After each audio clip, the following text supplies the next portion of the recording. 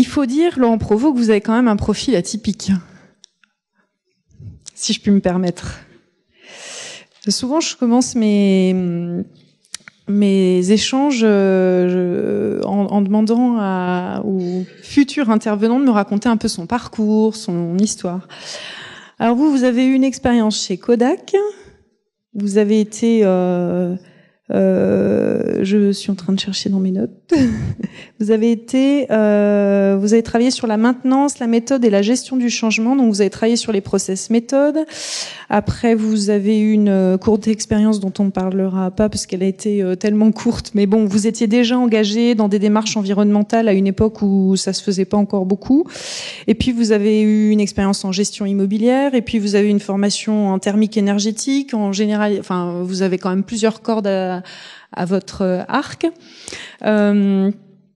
Est-ce que c'est comment ça joue en termes d'atouts aujourd'hui dans l'offre de service que vous pouvez proposer dans le cadre de votre société? Une polyvalence dans l'appréhension des besoins du client. Voilà. C'est-à-dire que comme j'ai occupé différents postes en termes de responsabilité, de sectorisation, maintenant j'ai une vue d'ensemble, ce qui me permet vraiment d'appréhender les besoins, poser les bonnes questions, anticiper la vie future de ce que je suis censé produire. Est-ce que je dois comprendre que vous êtes capable de comprendre plusieurs langages, que vous êtes vous-même interopérable? Oui, c'est ça. Oui. C'est ça? Parce qu'on a parlé de la difficulté à comprendre justement les besoins des différents acteurs projets. Et vous me disiez que parfois vous ne compreniez, il vous arrive de tomber sur des dossiers qui sont illisibles ou incompréhensibles. Oui, l'expression des besoins n'est pas explicitement indiquée dans le dossier, c'est un dossier technique. On a des prescriptions techniques, on ne comprend pas quel était le noyau central qui a permis d'écrire ces documents pour mettre en place un système de ventilation qui doit être économe. Oui, mais ça veut dire quoi économe? Quelle est l'échelle? Il n'y a pas d'indicateur. Donc ça rejoint les objectifs dont on parlait aussi ce matin. Voilà, donc c'est un dossier technique, c'est un dossier d'ingénieur, mais le besoin du client n'a pas été exprimé. Il n'est pas retranscrit avec les mots du client, avec ses besoins du client. Et sur ces dossiers-là, il y a des dossiers que je ne prends pas. Voilà. Je ne réponds pas sur ce genre de prestations.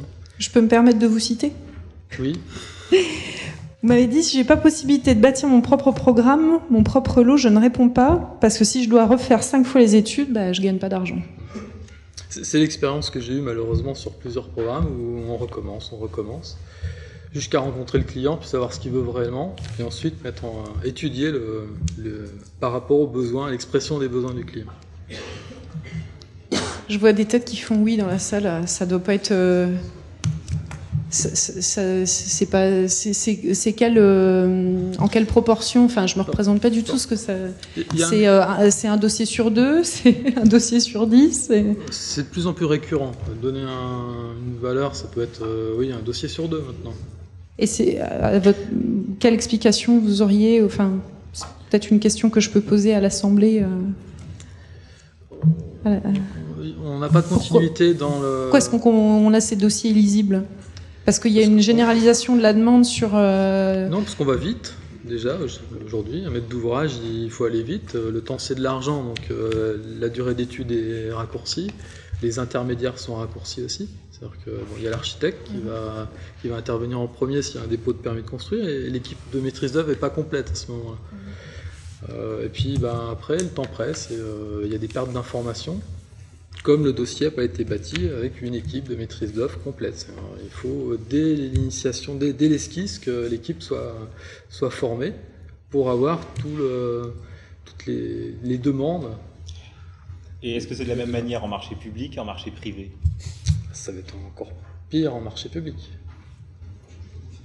Eh ben, on a peut-être quelque chose à faire sur l'écriture des dossiers. Ah, ça y est, je vois des réactions.